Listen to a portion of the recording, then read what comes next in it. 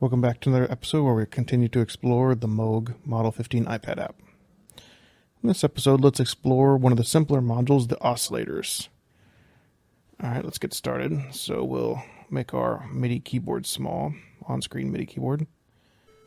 So we have so again, we're on a simple patch that's similar to the patch we saw during tutorial 1, where we have just a simple oscillator rigged up to a voltage-controlled amplifier, which is going to an envelope generator, and then that's rigged up to the trunk line. So really, our oscillator is really the only one really doing making the main sound here. So we play a C note. We're hooked up to a rectangular wave. Let's put it on hold. Turn on hold and then play that note. So we hear a simple rectangular wave. Let's move this to a sine wave. It's a little more pleasant. Oops, lost the line. Double click there and click there. Okay, so now we have a nice sine wave going on. Let's turn it up a little bit. Oops, put it on hold again. Okay, let's start playing with this thing. So we can adjust the frequency from negative 12 semitones all the way up to positive 12 semitones.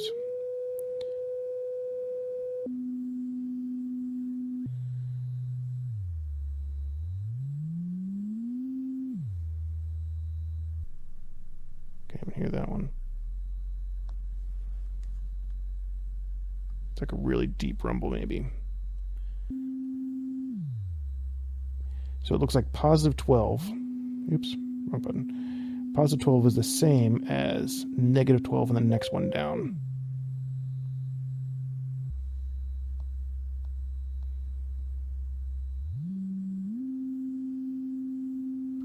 So it's plus 12.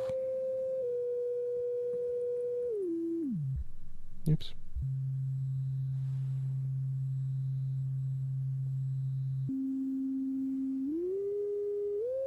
Okay. So pretty basic stuff here. Alright, let's try from sine wave to triangle wave.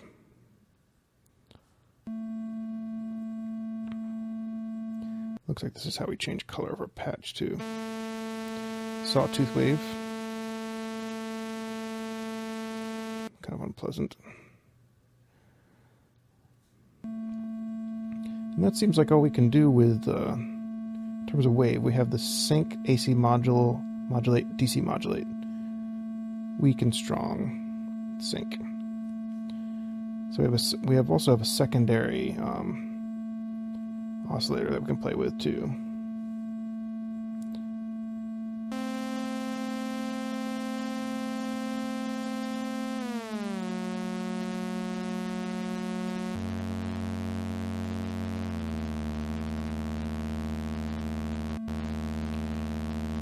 Now, when we did this during the tutorial, we had them both go to the mixer, and then we had the mixer output into this guy. And I guess that's better since you can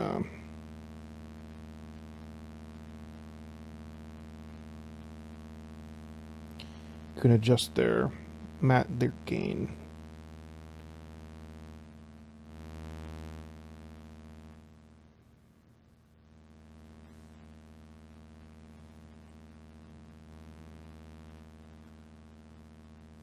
So it looks like these are the inputs, the gain for the two inputs we have. So you can make that one loud and that one off, or I can go the other way. And the master gain here.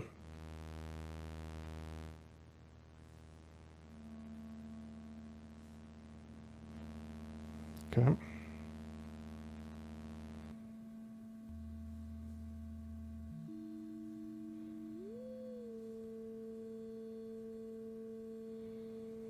Kind of basic stuff if you're used to playing with like Reason or any other recent modern oscillator based synths.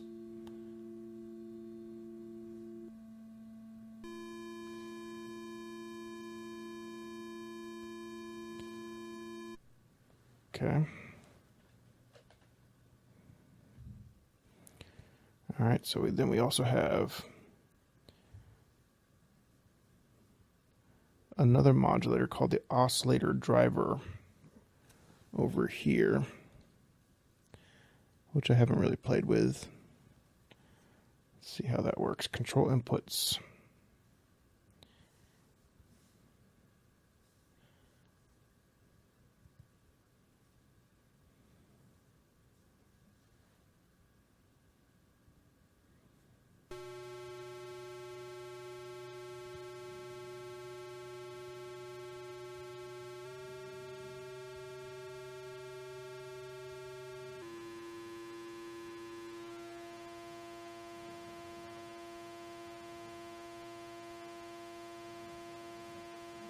So it's affecting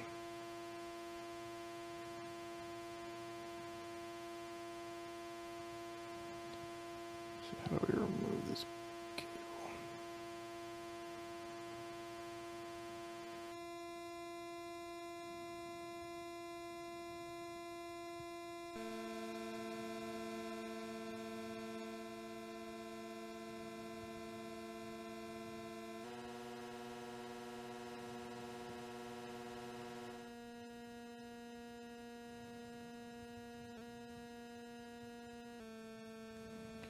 Okay, so there's let's listen to a sine wave by itself. Try to isolate this thing. So there's a smooth sine wave. Let's hook up the control input to another sine wave. So it's altering this oscillator's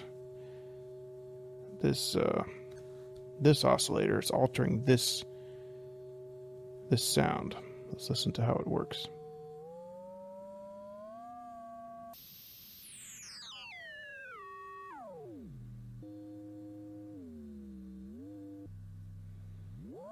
So it looks like we can set it to alter in semitones over here from -12 to +12, or we can tell it to alter in octaves from -6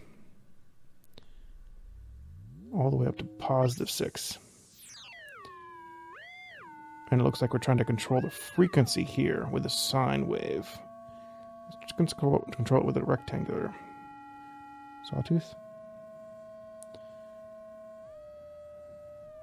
So as we alter the control, this purple cable, as we alter the oscillator that's the purple cable's driving, we hear differences too.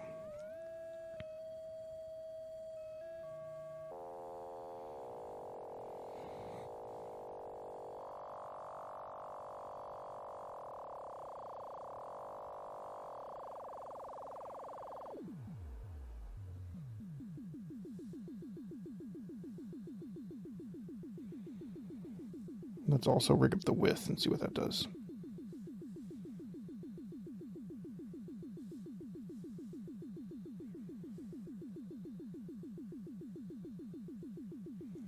Oops, didn't mean to click that.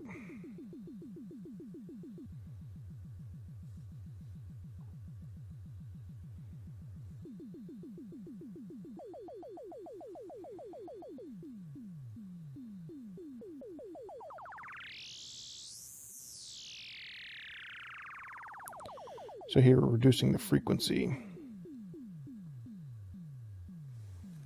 So we only hear it every once in a while, which is pretty neat.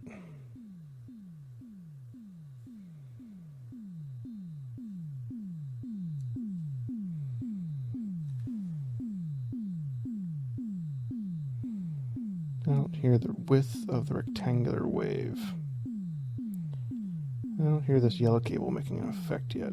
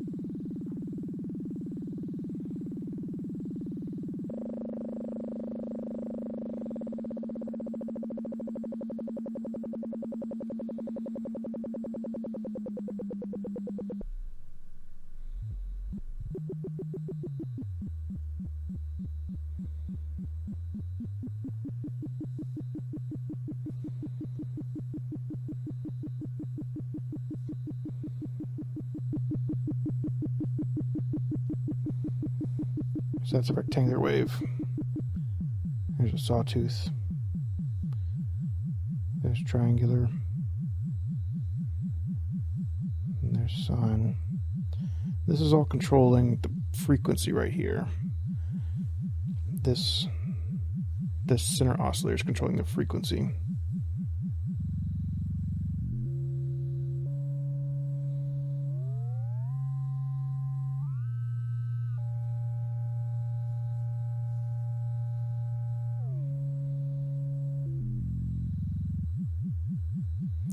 So as we turn this oscillator to a really low,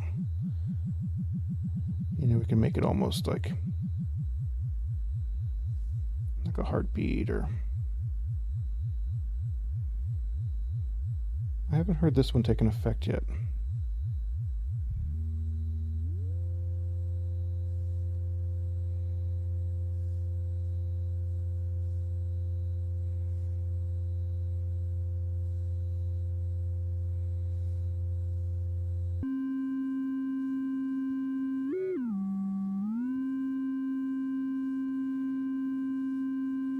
Alright, let's pause that. Alright, so the things I haven't really explored are this width of rectangular wave and these plugins right here. So we've kind of explored the sine, triangular, sawtooth, and rectangular wave patterns. And these two oscillators. And then we've explored this frequency knob and how it interacts with the frequency control. This width one is something of a mystery. So let's see if we can learn more about it in the manual. See if there's any other tips in the manual where we can get to this stuff. So if we go to modules and go to the oscillator section, let's read about this.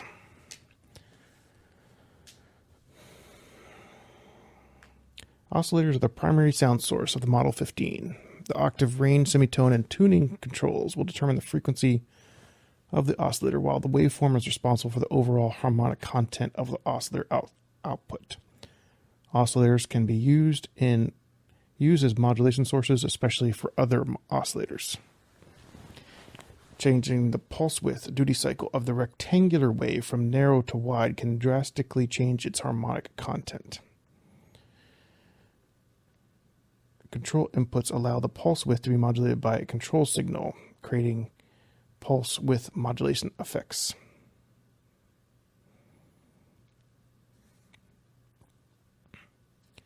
Scale switch.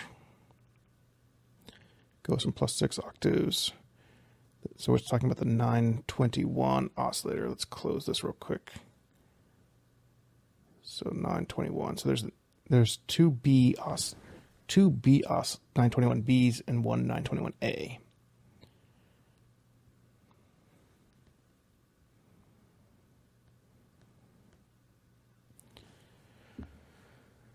Okay, coarse range. This switch selects between sub-audio and audio settings, making the 921 ideal for either an audio oscillator VCO or a low frequency oscillator LFO. In addition to the frequency knob, the pitch of the 921 oscillator is further controlled by the 6-position range dial. Control signals connected to these three inputs will determine the pitch of the oscillator in response to a key being played from a modulation source. The inputs are internally summed into one signal. Control signals connected to the two width controls in inputs will affect the width of the rectangular wave and can create pulse width modulation oscillator effects. Rectangular width knob manually sets the default width of the rectangular wave. So maybe that's the reason I didn't hear that, because it has to be for the rectangular wave. The clamping point knob is used to determine the re-trigger point of the wave cycle, which can provide many interesting exotic effects.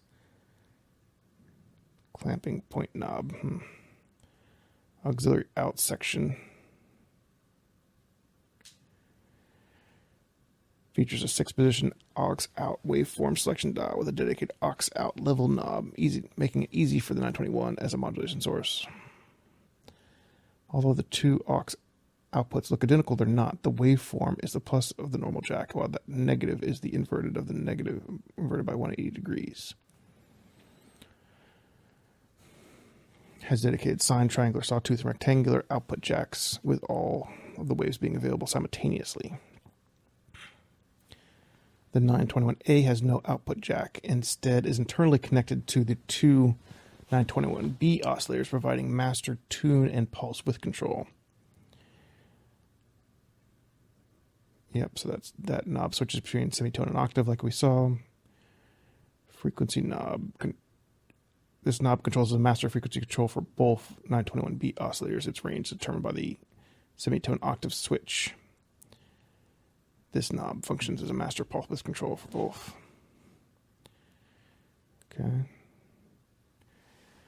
With no control signals with rectangular wave.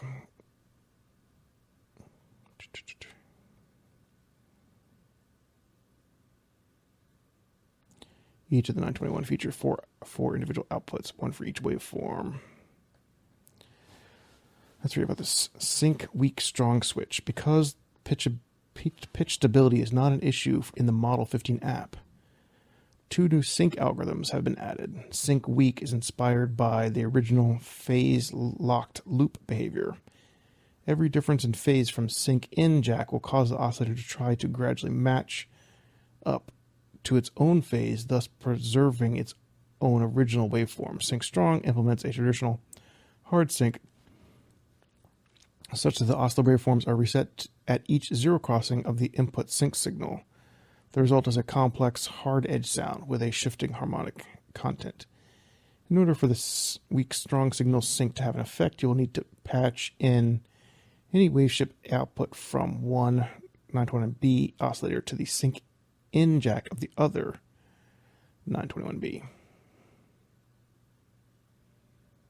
Okay, we should try that. AC modulate and DC modulate inputs, and that's the last thing we'll read today. These inputs allow for the oscillator frequency modulation. Both inputs allow for oscillator frequency modulation. Both inputs behave similarly, however, the effect of each modulation on the DC modulate input is far greater. All right, let's play around with some knowledge we've learned from reading the manual.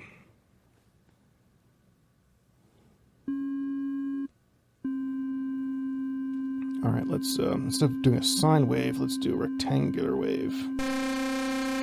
Let's turn down our volume. Oops. Okay, let's get rid of this yellow patch. Let's get rid of this purple one. Yeah, so this one, this guy actually works regardless of whether you have any patch cables connecting anything to these oscillators. They're internally wired to connect together.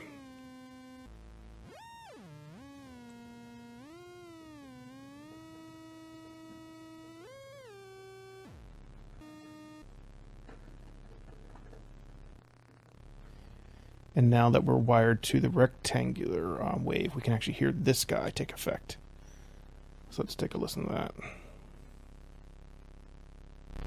Turn up a bit.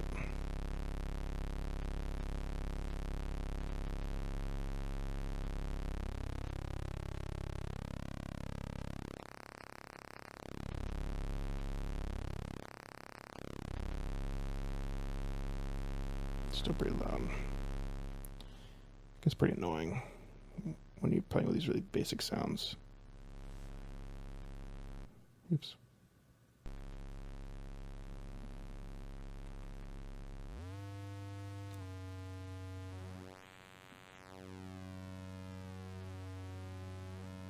So now we can control the width with a sine wave, I believe.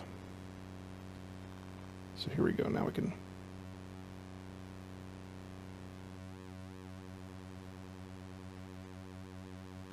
So now you hear the width being modulated by the sine wave.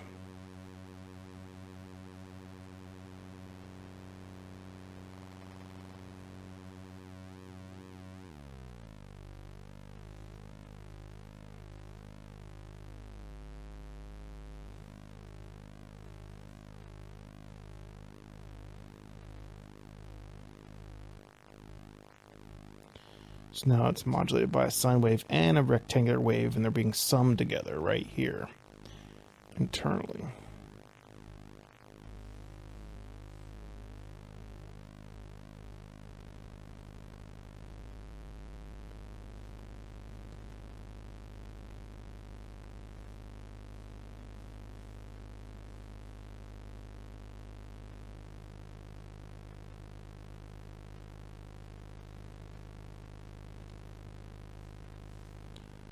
So it's like now this oscillator is producing a sine wave. Now both sine waves are being added together from both oscillators.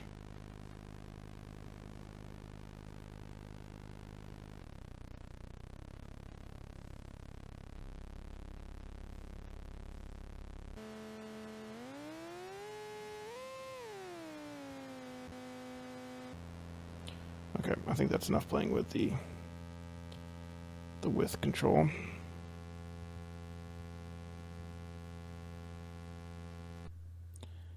Go back to a more pleasant sounding sine wave.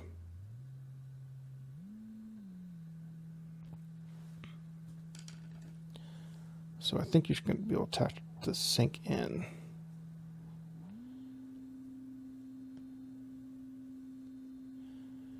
Can we hear anything? Doesn't sound like it. Let's so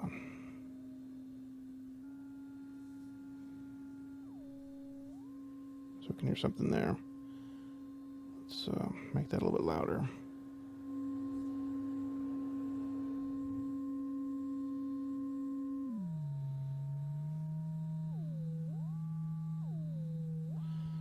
So that's controlling, this sine wave is controlling the DC modulate. Oops.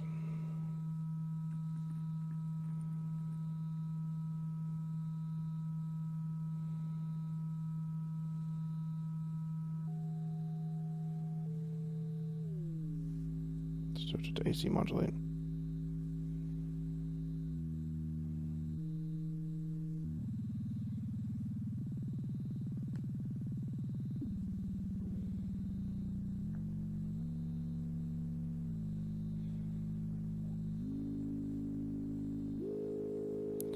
Yeah, so it said DC is stronger than AC, so if you switch from DC to AC, you can hear it.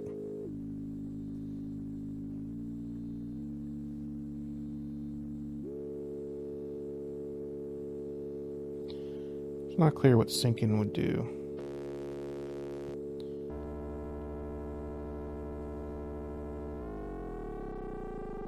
Okay, there we go. So we have to flip this switch, this weak strong signal switch from either weak or strong.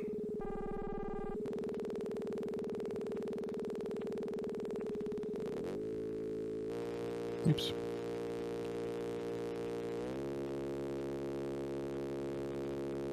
Oops.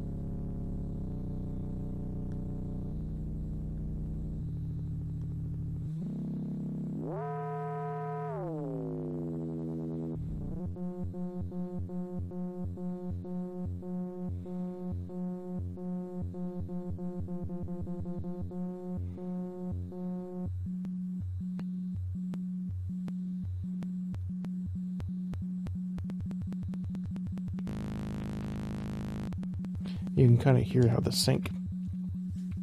So there's with it off, so it has no sync. And it's just a low frequency sine wave. Now with weak signal on, attached to a second sine wave with this red cable. It's a weak sync, so you can kind of hear what it's doing.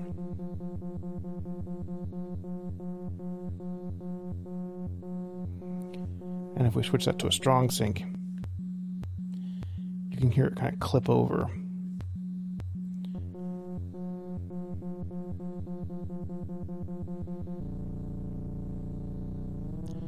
So basically you can kind of create some interesting sound effects. Let's get rid of that modulate guy.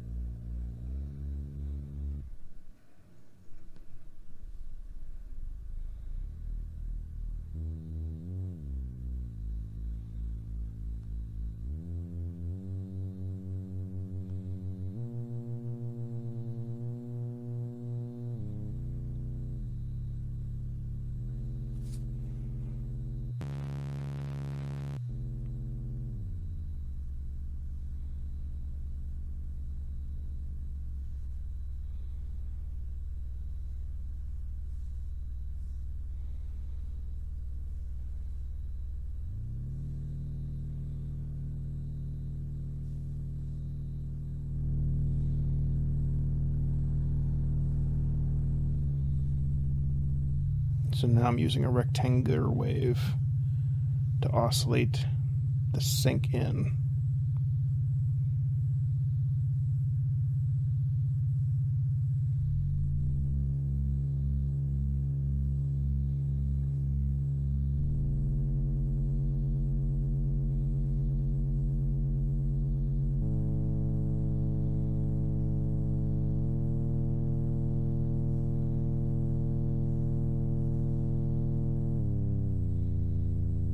There's not too much difference there.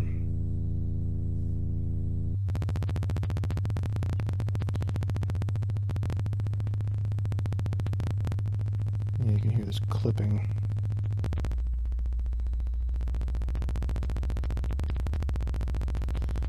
That's probably pretty annoying.